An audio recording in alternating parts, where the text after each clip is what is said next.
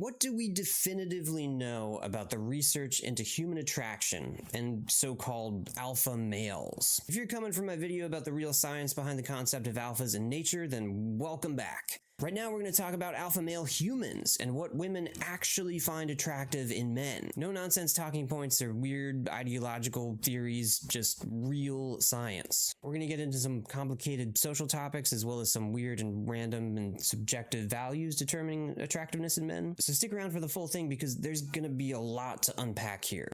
Multiple studies of human male attractiveness have found that likability as a partner is not defined by the characteristics that the manosphere is currently pushing. Sorry fellas, but bro culture is just a little too skibbity Ohio Riz these days. I barely know what I just said, but listening to the manosphere is in fact altogether a bad idea if you want to find dating success as a man, because over 96% of women surveyed have reported manosphere content to be the absolute most unattractive male hobby in existence. So one of the main ideas prevalent in all the different subcultures of the manosphere is the concept of dominance. Big masculinity, big muscles, big aggression, just a medieval Viking berserker, I suppose. But what the data shows us is that dominance actually can be attractive, but with a major twist, because it's only actually attractive if it's a positive form of dominance, and it doesn't really at all resemble the negative forms that toxic manosphere influencers are always preaching about. On its own, a negligible number of women, 1 out of 50 according to one study, thought that dominance was an attractive trait in a partner. Womp womp. The big winners, proven out in all of the data, are always positive qualities. 76% of women in the same survey said they preferred men who were sensitive, and 68% said that they found easygoing men to be most attractive. As for dominance, the form that becomes attractive when combined with those qualities is more of a confidence factor, a quiet self-assurance, an ability to handle things. It is not at all the super demanding and highly needy quality that the bro culture really pushes. Neediness was evaluated as attractive by 0% of women, and that's exactly what this kind of toxic dominance is. Anyone who thinks that being loud and stupid and aggressive is gonna get you dates is trying to sell you something, and it's a faulty product, so you should return it and demand a refund. Be dominant about it if you want, because alpha male influencers for the most part seem to be very emotionally insecure buttheads with the maturity of a half-sour pickle and the mental fortitude of a can of week-old Spam. It's all just appearances is what I'm saying. It's like literally the Wizard of Oz with these guys. Dominant alpha personas are needy, they're projecting, fragile little peaches who fall apart at the slightest resistance. But what else does the science say that women genuinely do find attractive in a partner? One thing that probably won't be surprising to just about anyone alive is that humor is a big predictor of dating success for men. The ability to make people laugh really is a highly valued skill in human society, and it's very much also a large factor in finding a potential partner. Some research has established a link between two triangular points when it comes to humor. One is that humor production may be an indicator of higher intelligence levels, at least according to studies involving tests of both factors. And it may also be possibly an evolutionary aspect of human attractiveness, actively evolving as a feature of attracting a partner. So humor being successful in dating scenarios makes a lot of sense in light of all this data. Now, big, angry manosphere types may be unintentionally funny, but that's not the same thing.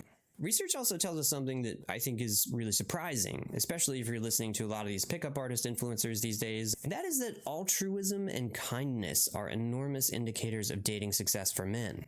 89.9% of women in one international study said that kindness is an attractive quality in a man. Other studies show us that men who express the qualities of selflessness and altruism are constantly rated as more desirable than men who are rated as physically attractive but lack the altruism. Another huge point I need to emphasize here that's going to blow the manosphere boys just out of the water is that altruism was also found through research to be more valuable in a partner than what study authors call resource potential. This is a combination of factors that ultimately equates to whether or not a partner represents a good investment in someone's mind. The realities and the manosphere version differ quite a bit, but it's ultimately derived from a Darwinian view of mating preferences in the wild. Darwin called the original term his mate value, and Manosphere slop talkers are always going on about this and making men feel like complete failures unless they're constantly hustling to keep up appearances and pretend that they're worth $1 bazillion and posing in front of expensive cars and wearing expensive clothes and posing in provocative, scar-faced inspired scenes every day on their Instagram. Like, I keep feeling the need to apologize to these people, but it's not really like this is my fault, and it's actually a good thing that women don't actually even want any of this, because it frees up men who are chasing ghosts here to just live their lives and be their more authentic selves. And this was actually the original founding principle of the men's rights movement back in the 60s and 70s, which was a complementary idea to second wave feminism. Both men and women wanted men to break out of the stereotypical male gender prisons of the time. You can find out more about that in the video I did about the history of the manosphere and toxic masculinity and how the whole thing got started. But the important thing for us to come away with here is that altruism is way more important to women than this perception of wealth that men believe is all that stands between them and a healthy relationship somehow.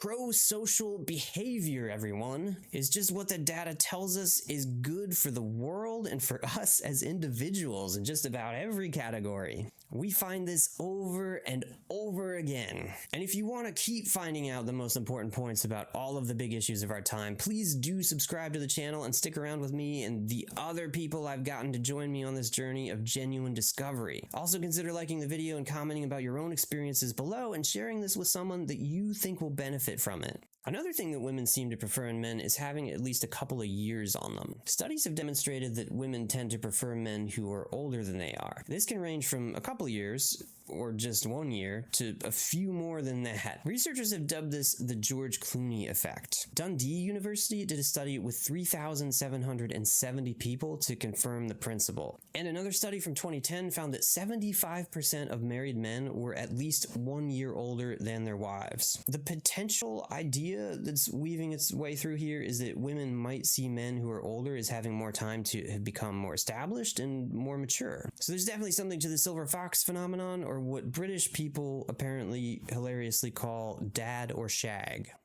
One thing that looksmaxxing culture tends to talk about quite a bit is facial structure. Gen Z uses words that I've never heard of to describe the accurate scientific terminology of tiny, minute facial features. It's kind of crazy they're just throwing out these terms out of an anatomy textbook that I don't think anyone has read before the year 2020. But exact facial configurations are said by a lot of influencers to be more attractive than others, and it's part of the whole soft and hard looksmaxxing culture, which takes body modification from either a simple hygiene makeover to really severe surgical procedures. But are they right about any of this? Most of the data that we find here seems very subjective and up to the particular beholder. But there is an interesting study about women preferring more feminine faces in men when they also perceive them to have a higher aggressiveness. And they prefer more masculine dimorphic faces when they perceive a face to be less aggressive overall. So there is potentially something to facial features exhibiting a traditional masculine affect, but only when features signifying aggressiveness are not prevalent in a man's face. So there you go. Just something else to think about when you're watching your angry, yelling Manosphere bros.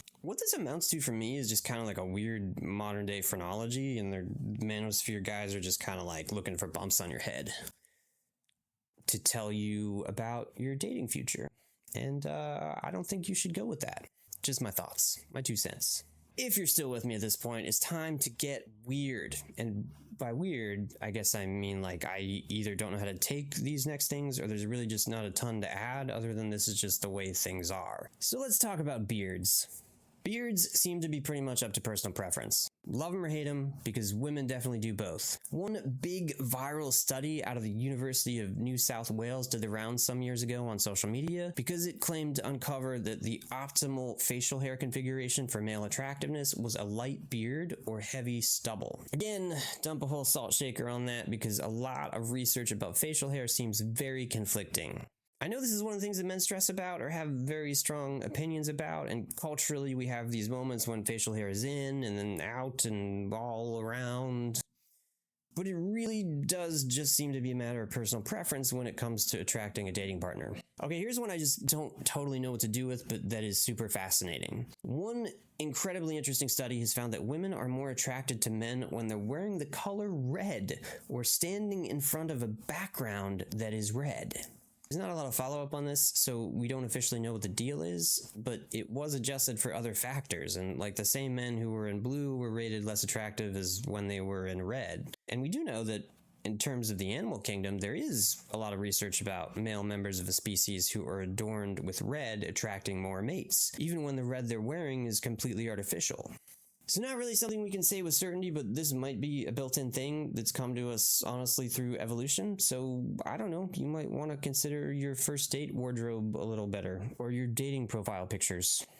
The last thing that I want to bring up is about body ratios. This one I think is weird because it's just something I don't think anyone consciously thinks about. It seems like the idea behind it is about judging the physical characteristics of someone to determine potential healthfulness. And there is a very specific ratio that women tend to be more attracted to in the men that they date. If you watch my legs video that I did about the history of the cultural attractiveness of legs, you can find out all about leg to body ratios and what men and women find attractive in each other according to those physical proportions. If you haven't checked that out, not only will it further open up the conversation about the physical aspects of attraction, but it's also just a completely fascinating ride through a cultural history that spans probably the entire length of human history. Turns out legs are something we've always been obsessed with. It's important to note that there are a lot of studies about physical attractiveness in the research. So there are a lot of precise things that women are telling us they find attractive in men in terms of their physicality. And this has been used by Manosphere influencers to further talking points that drive more men to pickup artists or black pill or looksmaxxing or incel communities. We really need to get these guys back to reality. Just because someone finds something physically attractive or they say that they do doesn't mean that person wants to spend the rest of their life with it. And we see this in the research. Plenty of non-physical characteristics and qualities are cited over and over as important to women who are looking for a potential long-term partner. And there are some differences in what women are shown to prefer in life partners versus casual dating scenarios. Overall, though, it really does seem to be the case that just about everything that Manosphere influencers are harping on about is just the complete opposite of what the data tells us that women actually want in a man. The two main points especially, which are physical characteristics like muscles and height, and the second being the kind of aggressive dominance that people conflate with the mistaken views about alpha wolves, which have long been debunked. What we're looking at with Manosphere types is that women do not like them, because many of them can just see right through them, and other people just don't want to be around aggressive morons. This is a pretty easy calculus, honestly. Remember, women like men who are genuine, basically confident enough to be themselves. This is a cliche for a reason. The 1 out of 50 who like the dominance factor on its own above all else might really love the idea of living the trad wife lifestyle, but 99.9% of potential partners out there will have a negative interest in that kind of regressive cultural nonsense.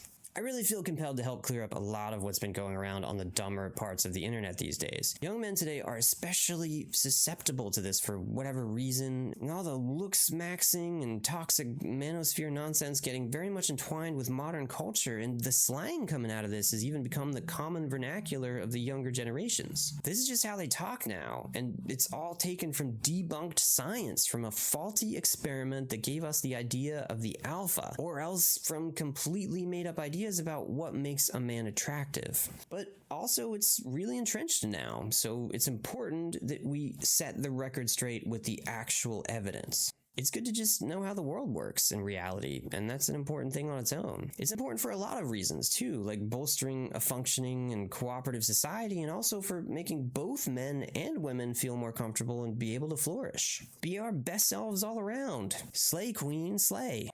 So if you want to do some more of that, and you want to do some good in the world in general, then make sure to subscribe to the channel and come with me on this journey to drag the world back into a rational state, kicking and screaming if need be. And make sure to check out the other videos I referenced here, like the history of the attractiveness of legs and the real research into the alpha wolf myth. And I'll see you whenever I show up on your feed next time.